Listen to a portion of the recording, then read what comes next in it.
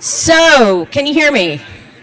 Viva Las Vegas! We are here. We are in person. We are masking up, but we are hugging each other and touching and catching up. So, I'm Becky Donatelli. I'm this year's president of the association. Thank you. Thank you.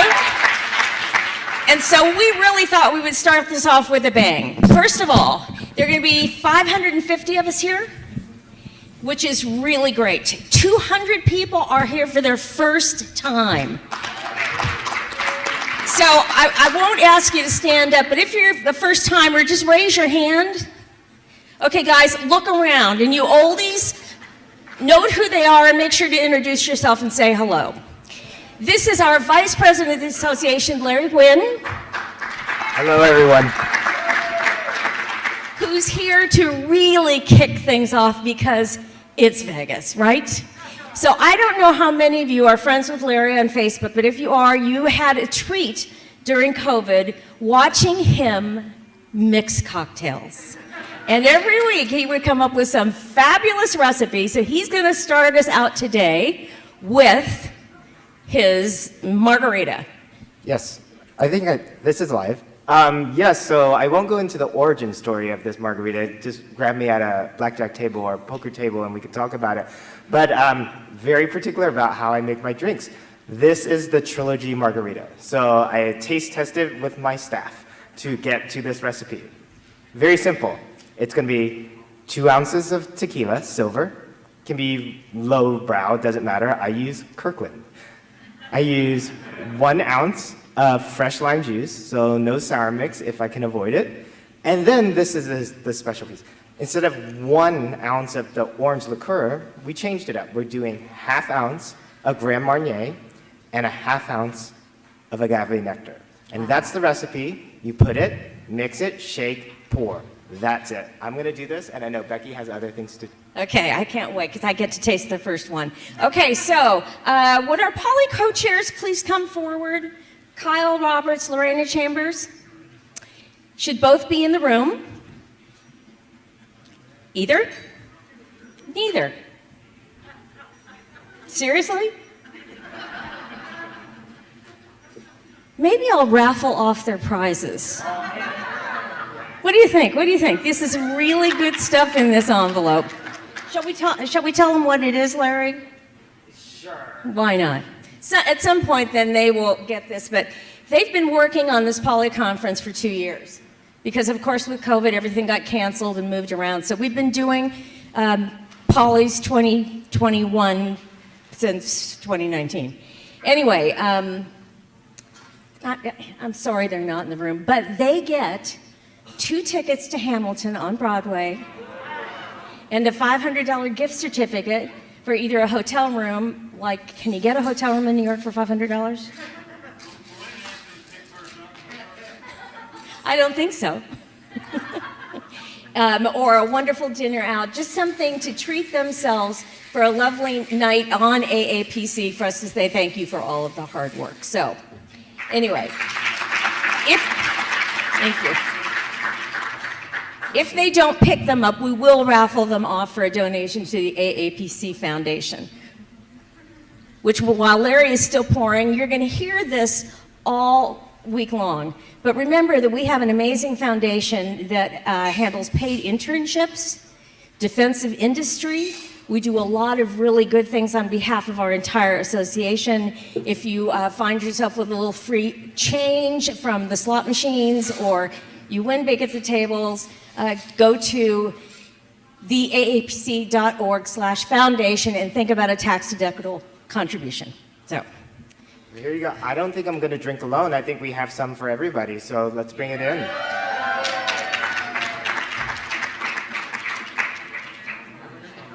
Here we go. Take a margarita on us and enjoy the show. Rose Kapolczynski, when you've gotten your margarita, please bring your panel up and we'll get started with the rest of the presentations. Thank you.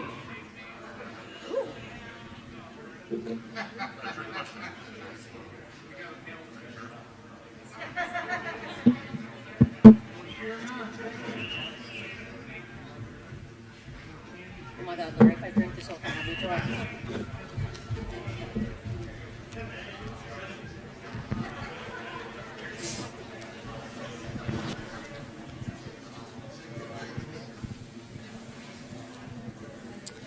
I think I'll let the serving go on before we get started. Larry, this is so good. Oh, wait, you guys, it's really good.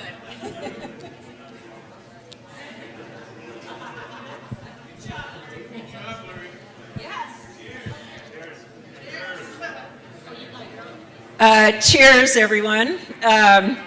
I'm Rose Kapolczynski. I'm the immediate past president of AAPC, and it's so great to be here face-to-face, finally, after 2 years of Zooming together. And I'm really excited to be moderating today's panel on the midterm elections and the big picture heading into them. I want to introduce our panelists briefly.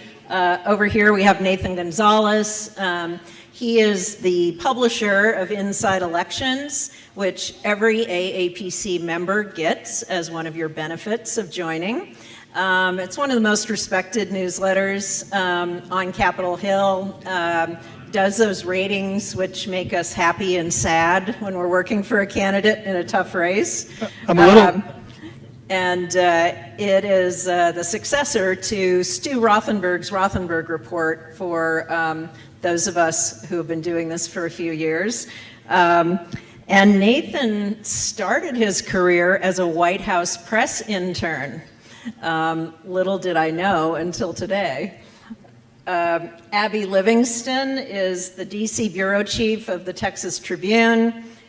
Before that, she worked at many media institutions, including NBC, CNN, the National Journal. She covers the Hill, the Biden administration, and campaigns back at home in Texas. And being a baseball fan, I was excited to learn that she is 3-time MVP at the Bad News Babes softball team, which is the women journalists in DC versus the women members of Congress, and they do an annual softball game to raise money for breast cancer. So here we are with an MVP. John Ralston really needs no introduction, is the founder, but I will give him an introduction anyway. After 30 years covering Nevada politics, he's the founder of the Nevada Indy, and has recently moved to Grand Poobah instead of founder and editor. He started as a night reporter here in Vegas, which I think must have been super interesting work. And last but not least, Nick Riccardi, who is the Associated Press correspondent covering politics in the West. He was at the LA Times for 2 decades and now lives in Denver and says he's become a bad skier and a happy hiker. So please welcome our panel.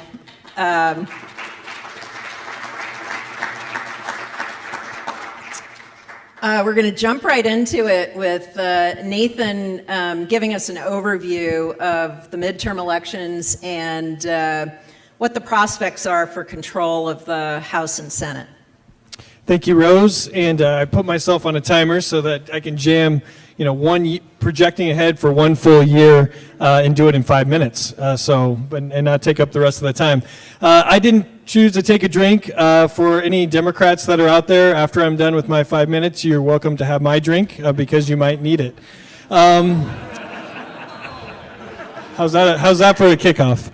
I feel like a year from the election, it's easy to say, the election is a year away. Who knows what's going to happen? The world could completely change. We don't know anything. And on one hand, I would agree with that, who can predict the future?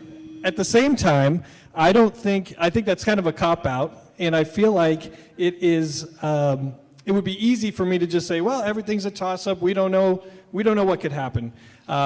I feel like that's not useful to you all. I think we can talk about likely scenarios. I don't think outcomes in 2020 that all outcomes are created equal or have the same likelihood of happening.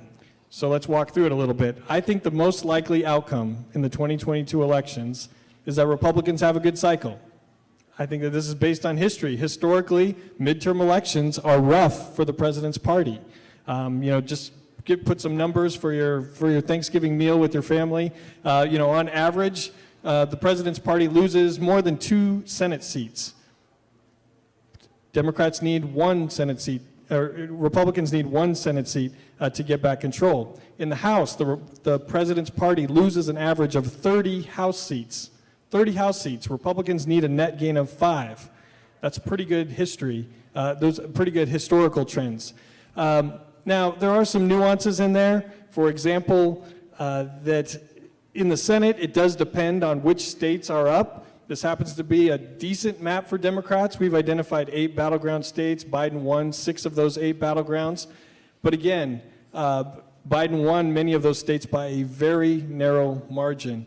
In the House, we're kind of waiting on the handicapping a little bit because to give you a window into how you do political forecasting and analysis, it's helpful to know where candidates are running and who's running.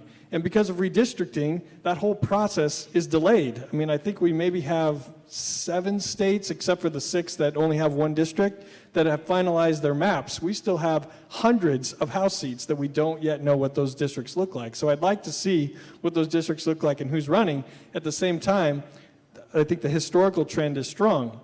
I'm not just talking about history. I think that the current political environment is also favorable for Republicans. President Biden's job approval rating being underwater by 4 or 5 points is a problem for the Democratic Party. Typically, midterm elections are referendums on the president's performance.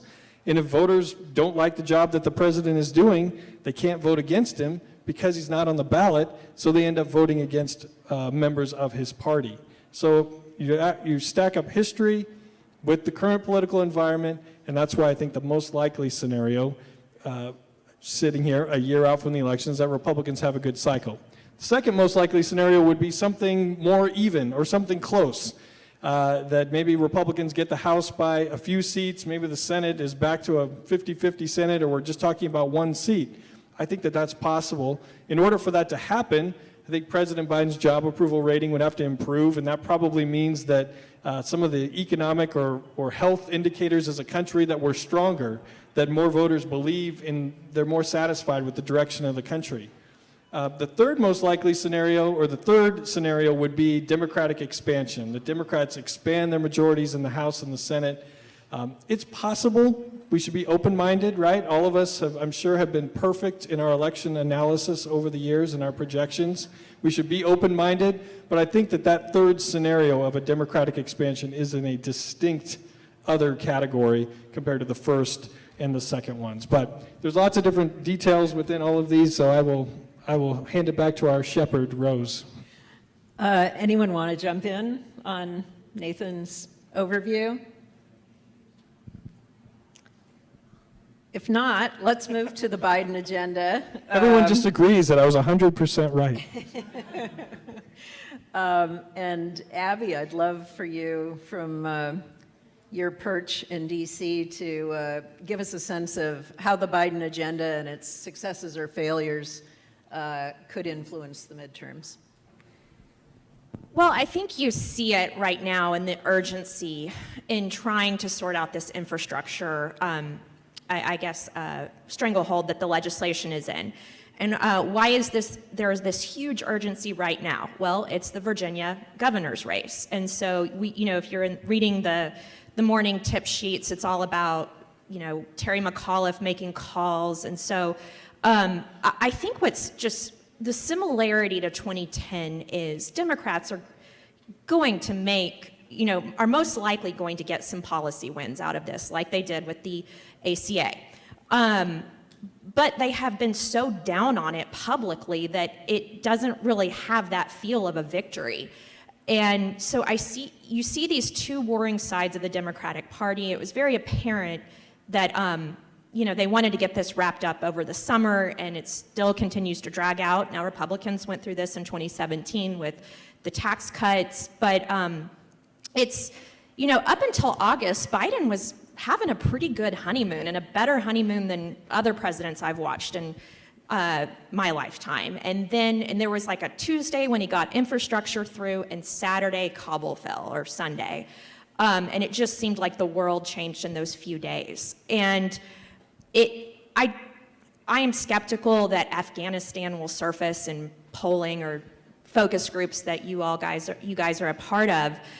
But I do think it reset the tone for the Biden administration. And, there's been some vigorous defenders, and I think, there's different, and I am not a foreign policy person, and I am not going to pretend to have expertise on that.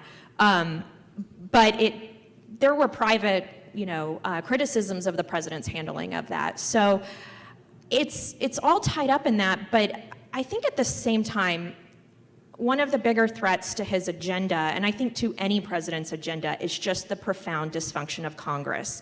And everyone knows Congress is dysfunctional. That's just part of life.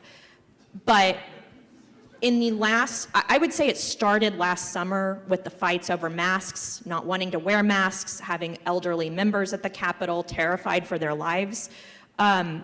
And then I cannot underscore, I was not at the Capitol at the insurrection. I was safe in Texas with my parents. But the scale of division, PTSD, trauma that is going around the Capitol, and it just sort of is embodied to me when I walk through the chambers, is the metal detectors. And that is a symbol. It says some members of Congress think other members of Congress want to hurt them. Whether that is based in reality, I don't know, but that's a symbol that's being said, and I don't know how you negotiate with each other when you have that there. So I think it's not a great place where the Biden administration is, but as a longtime observer of the Hill, I don't know if it would be much better. I don't know if there was a Republican president or a different Democratic president, if anyone could be proved to be better at governing than what we're seeing right now. Any thoughts about that?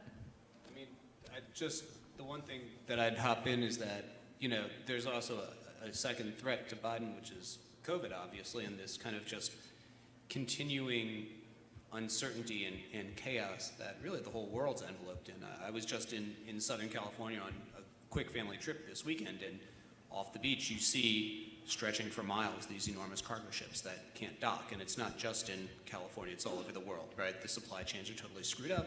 People see that in their daily lives through inflation, through shortages, through disruptions. They, see people still wearing masks. They still have to worry. People are still getting sick and dying, et cetera, et cetera. And, all that, I think, really is just an incredible drag on whoever the incumbents are.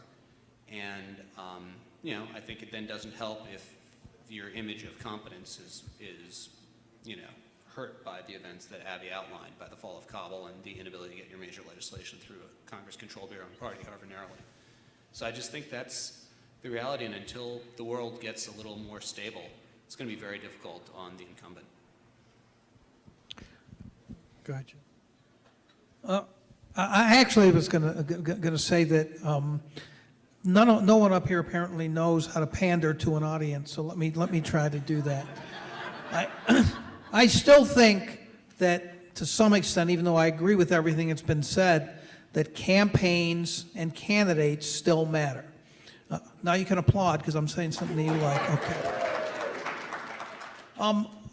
But what I've noticed after covering politics for way too long, for 35 years or so, is that, yeah, it's a cliche that the polarization has gotten worse, that the entrenched beliefs on both sides have gotten worse, that they're impervious to what you guys do for a living. They're going to vote certain ways. And to some extent, I think that's true. I don't know if those numbers are growing. I know you want to talk a little bit about Nevada at some point because it's the most important state in the country. Just ask Nathan. There's a Texan on this panel.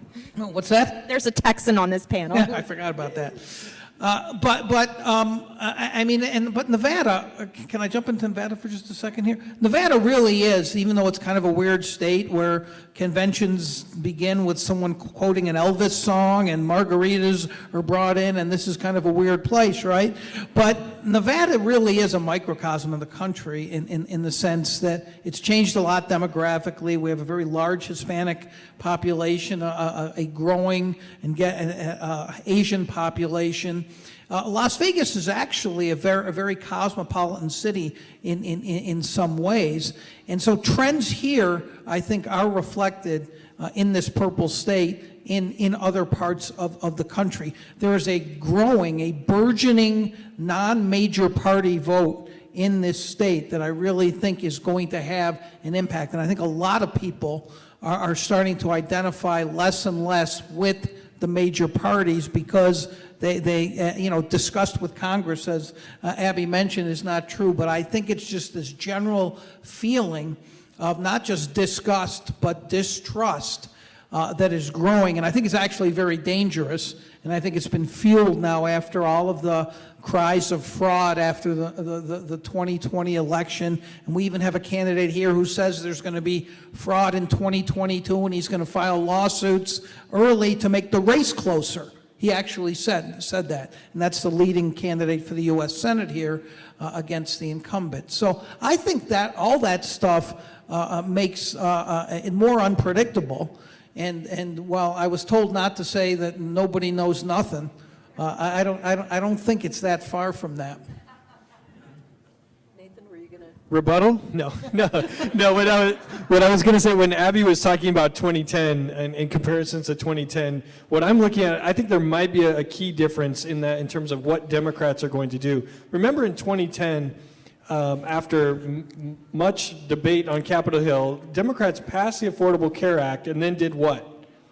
Did nothing. I mean, forgot about it, ran away from it. President Obama didn't stump for it. I think that's going to be different than if Democrats can get something done on Capitol Hill this time. I think you're going to see Democrats getting out, trying to sell it to voters. You're going to see Biden on the campaign trail trying to sell it to voters. That doesn't guarantee it's going to work or be popular, but I think it's going to be a fundamental difference tactically with what Democrats will do compared to 2010. So Nick, can you give us a view of redistricting around the country and whether that's going to have a fundamental impact on the midterm elections? Sure. Well, Nathan's already, noted the way it's really hit hardest, which is just this incredible uncertainty. I mean, a lot of you have probably encountered this just in your dealing with candidates or prospective candidates. It's really hard for people to know what they're going to do when they don't even know what the districts look like, whether they live in a district that they might want to run for, or whether those lines are going to change. Everything's been delayed, by 6 to 8 months, and now states are really having to cram this stuff in, much like I did most of my college exams. I mean, it's just a messy process. Has gotten even messier and more chaotic, and so it's created a great deal of uncertainty about 2022. When this whole process started, when reapportionment numbers came out, and Texas was going to gain 2 seats, Florida was going to gain 1, North Carolina, where the Democratic governor has no legal role in redistricting, it's just the Republican legislature's plan passes automatically and doesn't have to be signed. There was kind of a conventional wisdom that, the Republicans can net just 4 seats alone just from population growth. They'll come out of this winning, possibly that's enough to close the very tight margin that they need to pick up the House, which I think stands at 5 nowadays after the latest round of specials. I think that view has been tempered a little bit over the last few months. Census numbers, when they came out, they showed a lot bigger growth in kind of urban areas and in the kind of closer in suburbs that tend to vote more Democratic. So that's kind of checked the hands of Republicans who have a structural advantage because they control more states, and so they control more pens that are drawing the lines. But they still have to draw the lines around existing population, and their population is holding steady or shrinking while the Democratic ones are growing. So,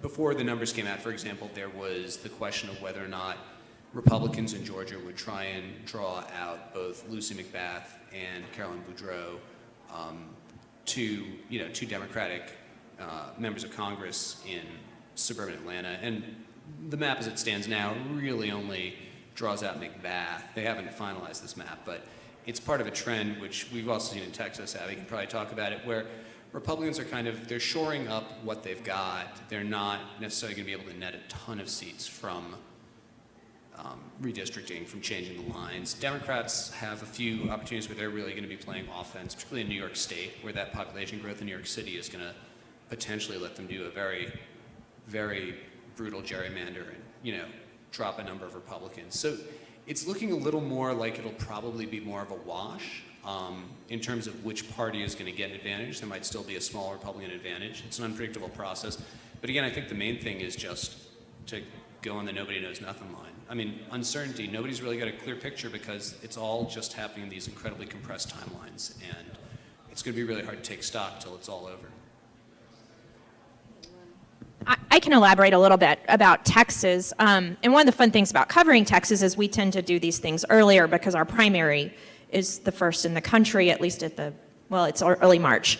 And the race or the district I was most closely watching, and I think I like Nevada, but I think Houston's my microcosm that I love to study because it is the most diverse city and it's got everything you can imagine in it. And the Texas 7th Congressional District I think, first occupant was, well, it couldn't have been the first, but George H.W. Bush in the 60s. Never been represented by a Democrat.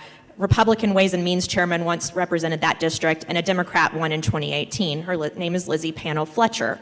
And it is an anathema. There's this neighborhood in this district called River Oaks, and it's, think Great Gatsby, but oil in Houston. Massive houses. And some of the biggest Republican donors in the country live there. And the political consultants find it offensive that the Bush district could be represented by a Democrat. All year long, I heard how they're going to take out Lizzie. They're going to get her. And it didn't strike me as smart politics. And the way redistricting works de facto in Texas is effectively the Republican members of Congress approve the map. When push came to shove, these incumbents said, because in order to get Congresswoman Fletcher, they were going to have to pull out of Dan Crenshaw's district and Michael McCall's. And they could maybe get through a year or a cycle or two, but it could create big problems in 6 years. So they ended up giving her a great district. And I think it may be even like a 30-point district for Biden. So I think we are seeing a conservative little c approach by Republicans. I think that's one of the main, to reiterate what Nick said, to glean from it. I will I used to work with Nathan, but I will take a little bit I will say I'm very... Is this an ambush? No. What is this? I'm just going to brag about my own ignorance. So the ways I was taught to study politics, fundraising, candidate recruitment, these sorts of things, they're real fundamentals reporters are trained to look for, and I'm sure political consultants are too. I could basically 5 years ago look at a financial FEC report and tell you by July who was going to win that race. I can't do that anymore. I've been blindsided twice, 2016 and in 2020, with the results that Trump won in 2016 and that Republicans gained House seats. And I think what's fascinating, part of it's COVID, but there's so many other atmospherics going on. And I remember the day after Eric Cantor lost his primary in 2014, and there was so much blame at the press for not being ahead of the curve on that. And I really have just come to this conclusion, sometimes voters just go into the booth and do things we don't understand. I remember, and so it's just, I think the unpredictability of where we are is going up. That said, instinctively, this feels like a darker climate for Democrats and a better one for Republicans. But I have embraced saying I don't know in a way sometimes. So sorry, Nathan, but Nathan's still the best. Can I tell my favorite redistricting story? I guess you don't have a choice because I have the microphone. But and I didn't cover redistricting after the Civil War like John did. I think he was then. But 20 years ago, Democrats were in control of drawing the map in Georgia. Okay, and they drew a district that was kind of tailor-made for a candidate named Champ Walker. I'm sure that it just so happened that his father was head of the state Senate. I'm sure that was just a coincidence. But through the course of that campaign, some things came out about Champ that he had done previously, including getting arrested at an Applebee's for disorderly conduct over a basket of chicken fingers. Now, who of us hasn't been arrested at Applebee's? Please, cast the first stone. But in the context of a campaign, that is not a great thing, because that was also not the only time he had been arrested. In a district, the bottom line is a district that was drawn by Democrats to elect a Democrat ended up electing an old white Republican college professor named Max Burns. Now, 2 years later, when Democrats nominated someone who hadn't been arrested at Applebee's, that Democrat was elected. His name was John Barrow, and it took Republicans multiple times of redistricting to get him out of his seat. But that backs up what John and what everyone else is saying, that you still have to run these campaigns. You still have to run districts, because even redistricting that can have the intent to elect or favor a party, you still have to run the races. Rose, let me just say one thing, and it's not about being at the 1864 Constitutional Convention here, as Nathan implied. One thing I've learned, and Abby mentioned FEC reports, which we all look at in a granular way, and we think it's going to be indicative of something, and Nathan understands this as well as anybody in the country, as much of a hard time as we're giving him, is elections, there's great messaging that's put out by folks like you, and there's great candidates, and they're not so great candidates, but elections are really come down to, when you study them over and over again, to one thing, and it's going to seem obvious, maybe even facile, and it's why redistricting is so important. It comes down to math, and there's either the votes there that a candidate can get, or they aren't. And if you can look at voting patterns, and you can look at ways in which certain parts of Houston or certain parts of Las Vegas have voted in the past, they are probably, barring something really weird happening, going to vote that way within the margins, unless something dramatic happens. And so once you see what the districts look like, then you can be much more analytical about where the votes are and where they aren't. And many of the people in this room are probably good at doing that. And so despite his very nasty reference to my age, I do think that Nathan does as good a job of this as anybody, and I'm sure everybody in this room is the same as me, looking in the mailbox for the inside elections envelope so we can rip it open and see what predictions are in there that week. If I'll jump in and add one more thing. I am a believer candidates matter, but something else matters too, and that's members. And when you're working with candidates, I just encourage you to I take this approach as a reporter, this person could authorize force in another country. And increasingly, a couple each year, but not, it's not 1,000 or 5 or 10, it's just a couple, but they start adding up. It's very apparent there are members of Congress who want nothing more than to be famous. And it's a different kind of fame that has existed. And it's live streaming. You can just see their eyes light up when they have a gaggle waiting for them coming off the House floor. And they don't pass any laws. They don't solve any problems. They don't deal with constituent services. And so the folks in this room serve a really huge service to this country and helping to get the right people elected. And I'm not speaking ideologically. There are good conservatives and good liberals, but I hope that's something that runs through your head as you're doing your work, because I see the end result in my job, and I'm usually really happy and joking around and optimistic, and I am feeling darker. There are a few days I walk out of the Capitol where I feel better about the state of things based on what I see, and I didn't have that feeling a few years ago. It would have never even crossed my mind. The Capitol has been a place of optimism my entire career, and so that's just one thing I wanted to impress upon this group. That's a great reminder of the importance that our day jobs can have on American democracy. So thank you for that. Nick, what about Donald Trump and the midterms? He won't be on the ballot, but will he have a significant impact? I feel like a lot of what we've been talking about here has been, in a way, talking about the former president. When we're talking about this new kind of approach to politics, when we're talking about all this uncertainty, there's another word for that, and that's Trump, right? And he obviously wants to stay in the conversation. That's who he is.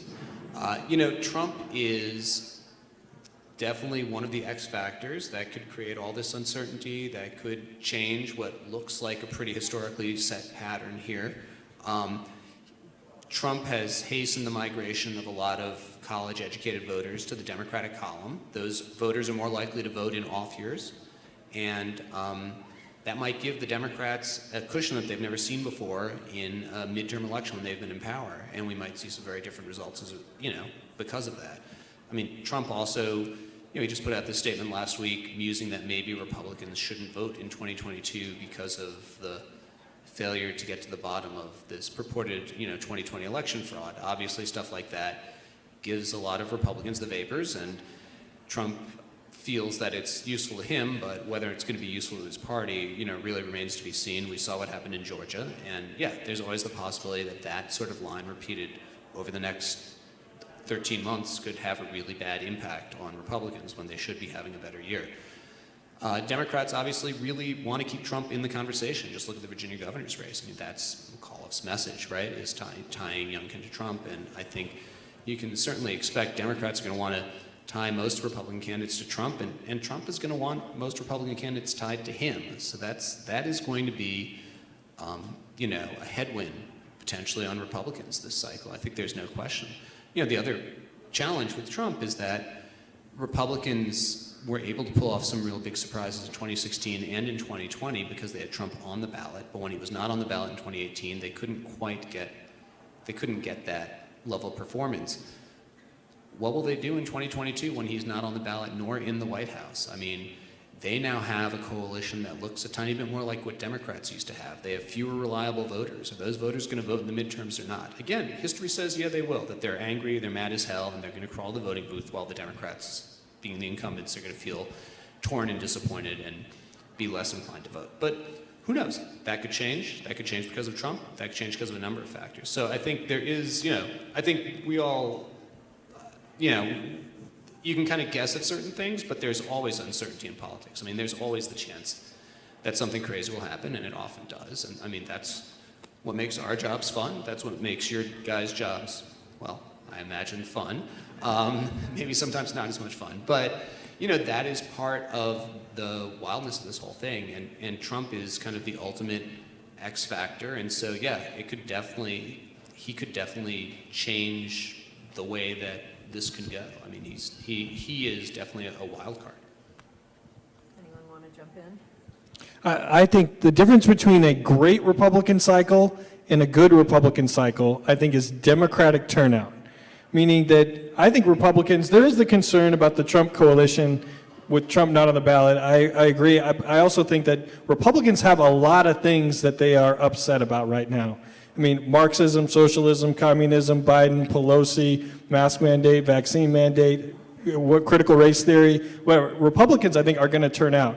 The question is, at what level do Democrats turn out? Because if Democrats can boost their turnout to a somewhat normal level, probably by using President Trump, I think that will minimize Republican gains. That probably isn't enough to save the House for Democrats, but it makes it much closer. But if Democratic turnout is depressed compared to an excited Republican electorate that turns out, then that is when you start to get these big numbers. And again, the test is, Virginia is going to be the next test, but California, there was the alarm bells that were sounded in the summer. In the end, Democrats got enough Democrats to vote in a Democratic, big D Democratic way, and California turned out about how we expect California to turn out. So, but that turnout, that's the cliche, right? It all comes down to turnout. But it is that proportional drop, because there's going to be lower turnout compared to a presidential, but is it proportionally the same between the two parties is a giant question. I do have one small Trump thing that I'm watching for. I interviewed Senator John Cornyn about a month ago, the Texas senior senator. And for background on him, he ran the NRSC in 2010 and 2012. And that was a brutal cycle to have that job because Republicans nominated candidates, including in this state, who couldn't win. And they were different and exotic. And Cornyn, I asked him just what his political gut was of the winds blowing, and he said, well, I think we have a really good shot at picking up the House. He said, but I'm not there with the Senate, and his point was primaries. and what kind of candidates are Republicans going to put forward. And where I think that's interesting is clearly Donald Trump does not like Mitch McConnell, and he may come to odds with where the NRSC is headed in candidate recruitment. And so I think that's where Trump could have an impact. Senator Cornyn never mentioned the former president, but I do think that that's a place where he could have impact on who gets nominated in primaries and how electable they are. I was going to say the same thing, so Abby stole some of my thunder, but I think that is a huge influence. It's not just Trump, who is still beloved by the base and who has encouraged, I think, people who otherwise would never run for office or run for major offices to say, wow, this looks like fun. And yeah, I can have all these crazy ideas and then get nominated, and then, wait a second, I have to win a general election too, and then it becomes a problem. But also, the numbers show that these same people are appealing to a base where, depending on the state, 2/3 to 3/4 of them believe that the 2020 election was stolen. And so they are using that in their primaries. They're talking, what do they do when they get to the general election, when they have essentially run on there's fraud, and how does that affect turnout? I think that is an open question as well, and it's gonna have an impact in a lot of states, I think. Anything else on Trump? So Abby, of all the issues we're discussing today, what do you think will still be relevant a year from now in the closing weeks of the 2022 election? Look into your crystal ball for us. My crystal ball is a mess in the last few cycles. I think it's actually an issue we haven't discussed. I am really curious to see how abortion plays this cycle. The tables could be turned, and pro-life folks have been unhappy with the status quo, and that is motivating, and the status quo could flip. And so I've really struggled to get a handle on which direction, who this could benefit, and so have my sources. And so, does this become an organizing effect? Does it have this sort of juice that the Women's March had, that kind of thing? That's what I'm going to be most interested in. I mean, I think COVID is going to remain abortion is, could give it a run for its money depending on what the Supreme Court does, but COVID, I think, is going to remain the 800-pound gorilla. I mean, we're either going to get to November of 2022 and people are still going to be masking up, and hundreds, if not, God forbid, thousands of Americans are going to be dying each day, and there's going to be supply chain disruptions everywhere, and people are going to say, well, the Democrats said they'd shut down COVID, not the economy, and look what happened, right? And that's a pretty hard closing message. Or things are going to improve significantly in the next 12 months, and that could give, there are a lot of Democrats out there who are hoping that happens, that gives them the boost to defy history. That, along with Trump, gives them this kind of ability to kind of somehow hold back what usually happens in a midterm election. I mean, I just think that's going to be a lot of what decides this is going to be out of the control of candidates, and it's going to really just be up to the candidates then to have to, they and the campaigns are going to have to figure out how to adjust to the facts on the ground, because you really can't change those facts like that. Anyone else? I'll go with, I think related to COVID is a broader economic discussion that, how we're doing with COVID is going to affect the economy, and I think the strength of the economy, for better or worse, is going to impact those that are currently in charge. And if we can't get beyond COVID, the economy is going to continue to struggle. I think that's going to be to the detriment of Democratic majorities and a Democratic president, or at least his party. But I'll also say that I think there's going to be a thread of safety, a safety message or lack of safety message from the Republican side in terms of immigration and what's going on the southern border. Schools, Afghanistan, what Biden's exit did to the safety of our country through the exit in Afghanistan. I think that underlying issue, I'm not sure that it will be the defining issue, but I think that depending on the state of things in those various places, could have particularly a ability to energize Republican voters and maybe make independents less confident in the current leadership of the country. So we've talked a lot about historical trends, but I wanted John to talk a little bit about what campaign strategies or tactics do you think are most likely to make a difference in defying these historical trends? Do I get a consulting fee from these folks for answering these questions? Listen, I do think that the way campaigns are run has changed so much since I first started covering politics back in the dark ages, as Nathan alluded to. But again, I think that the issue, you have Republicans in this state, they tell me that the two issues that they're going to win on, and Nathan alluded to one of them, are critical race theory and defund the police. They think that is the end all and be all.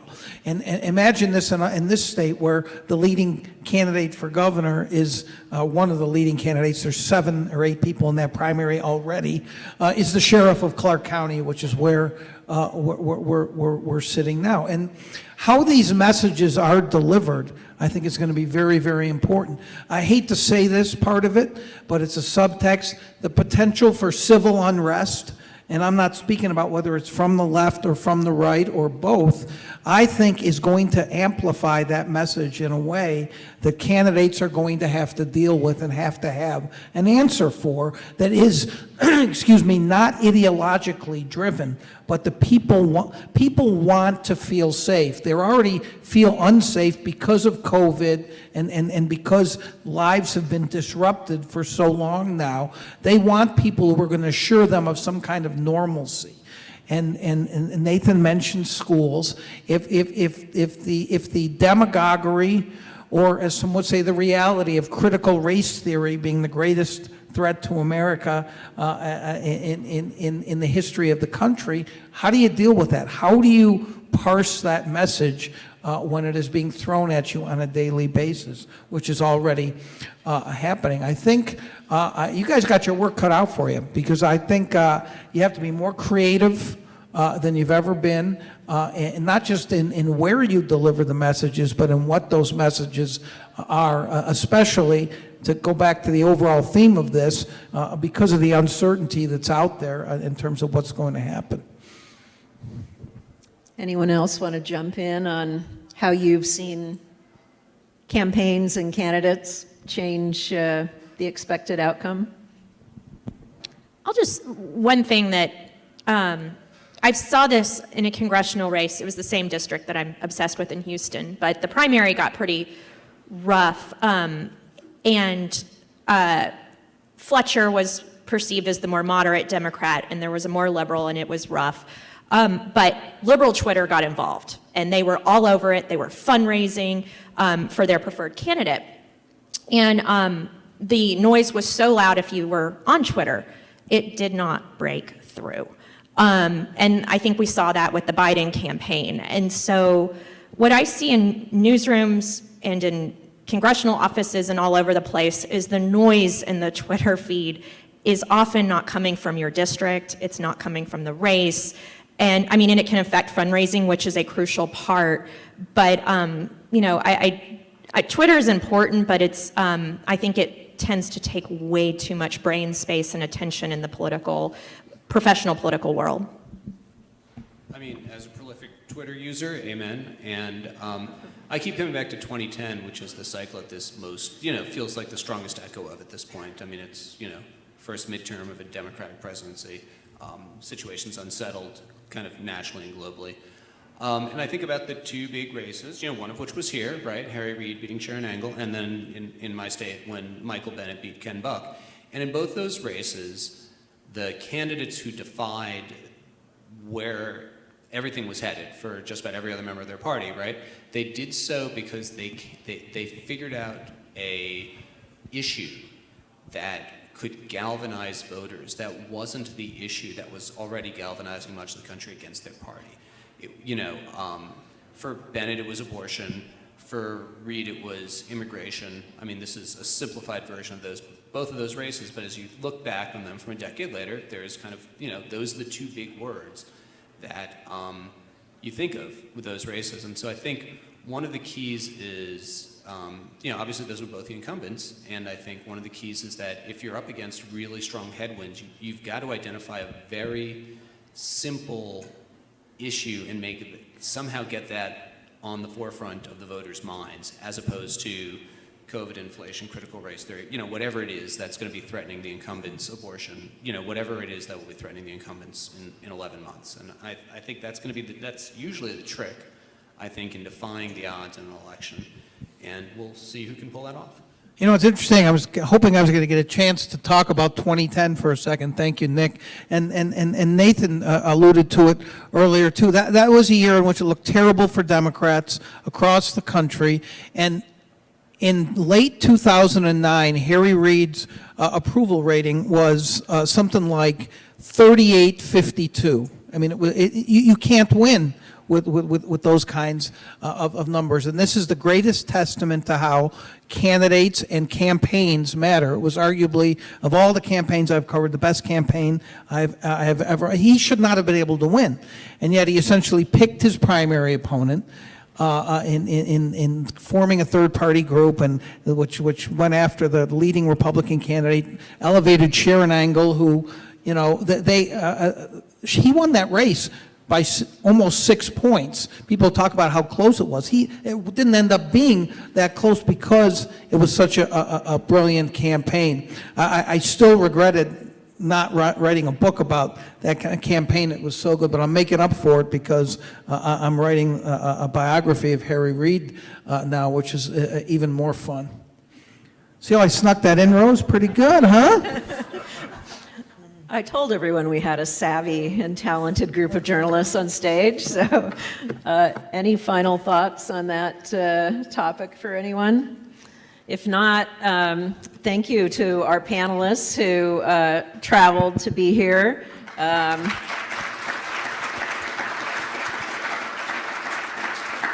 And I will turn it over to Becky Donatelli. I know that the Republican and Democratic caucuses are meeting next across the hall. Exactly. And Nick, we do this because we're nuts and we love it. We love it every single day, or we couldn't get up and do this over and over and over again. So anyway, thank you. This is fascinating. You guys are great. And I love John Ralston because he actually tried to get me paid by my deadbeat client several years ago, like 10 years ago now. But you're forever in my heart as one of the good guys. So anyway, as Rose just said, we're going to break and go to our caucuses. The Democrat-Republican caucus, it's the honor system. Please go to the one that you belong in. Please, it's closed press. Sorry. Sorry. That's why I came. I know. And then after that, we will gather outside for a happy hour reception, and then back in this room at